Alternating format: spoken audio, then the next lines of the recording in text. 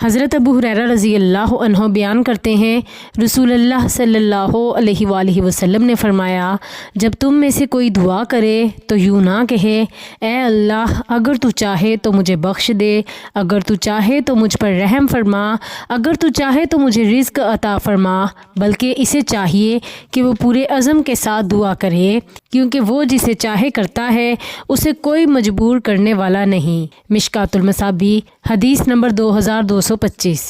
حضرت ابو ہریرہ رضی اللہ عنہ بیان کرتے ہیں، رسول اللہ صلی اللہ علیہ وآلہ وسلم نے فرمایا، بندہ جب تک کسی گناہ یا قطع رحمی کے بارے میں دعا نہ کرے اس کی دعا قبول ہوتی ہے، بشرطیکہ وہ جلد بازی نہ کرے۔ عرض کیا گیا، اللہ کے رسول، جلد بازی سے کیا مراد ہے؟ آپ صلی اللہ علیہ وآلہ وسلم نے فرمایا، وہ کہتا ہے میں تو بہت دعائیں کر چکا لیکن میری دعا قبول ہی نہیں ہوتی۔